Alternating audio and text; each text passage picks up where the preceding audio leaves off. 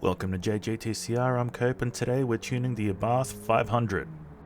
Let's get into it. In factory trim, the Abarth 500 really doesn't have too much power, so it is quite forgiving of the mistakes you may make along the way. That being said, it does have enough poke to keep you interested while you make your way through the corners. With minimal wheel spin and next to no torque steer, you may be surprised by how heavy-handed you can be with this car. The factory suspension is well balanced for the most part and hugs the road quite well. However, sharp and sudden turning inputs can lead to understeer and some wobbliness.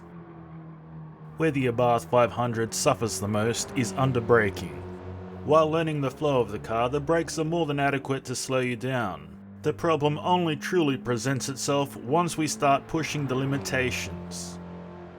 Under heavy braking, the tail end tends to lift, which can either lock the rear brakes, send you to wobble town, or completely spin you out.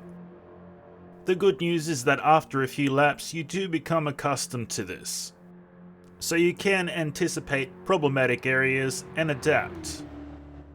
Braking a little earlier can help, as it gives you time and room for adjustments. It may sound counterintuitive, but when things do start to go south, it's best to back off the brakes to about 50%, allow the car to settle, and then slowly reapply the brakes. While this solution may get us out of hot water, it's less than ideal. Despite its faults, the Abarth 500 is a decent, well-rounded vehicle, with enough push power to keep you engaged, and decent suspension for the format. The braking situation may be tedious at times, but at the very least, it's manageable. Now let's move across to the helmet cam as we cross the finish line and collect our time. 8 minutes 57.1. Not a spectacular time, but a time nonetheless. Now let's take a completely modified version out for a spin. This is a completely modified but untuned Abarth 500.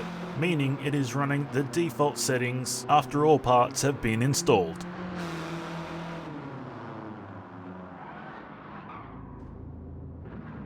And now the instant replay.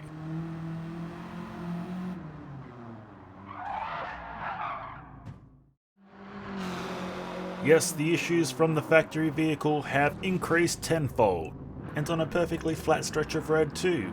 We can only imagine what would happen on a dip. But feel free to hold your breath, because here it comes.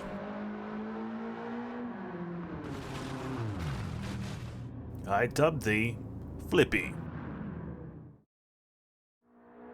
As one would imagine, flipping is not the only issue. We have bouts of heavy oversteer,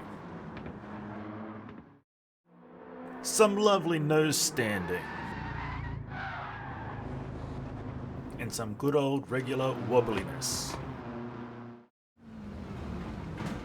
So whatever shall we do? Well, never fear, fellow racers, because relief is on the way. And here is our almighty tune sheet.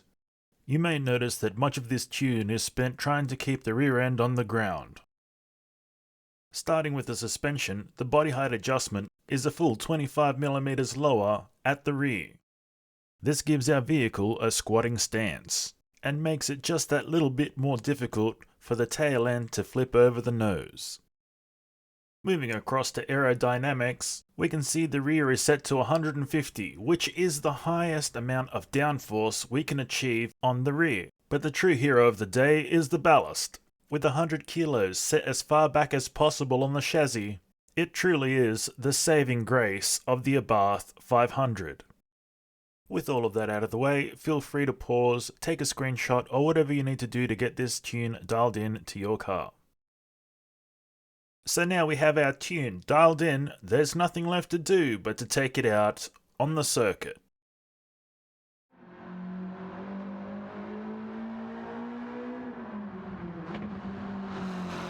And we have done it. We have cleared the first couple of corners without ending up on our roof. And without an irrational fear of applying the brakes, we can start pushing a little bit harder.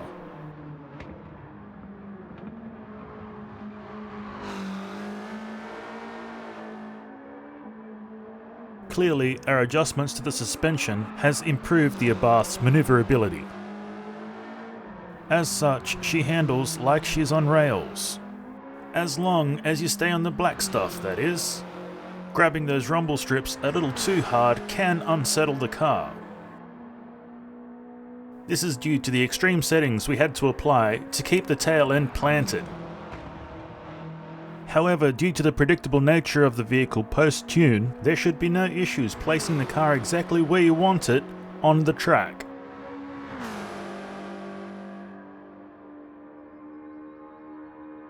Our tune may have smothered the no-standing tendencies we previously once saw, but the general nature of the vehicle remains the same.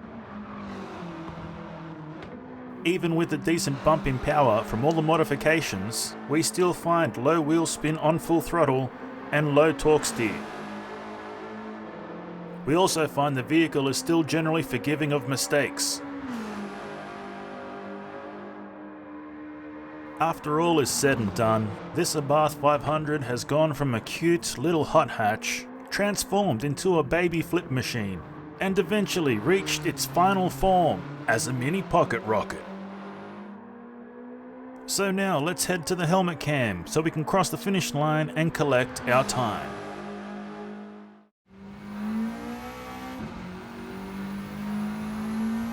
A 707.5. That's a win in my book, and hopefully it is in yours too. So until next time, keep racing.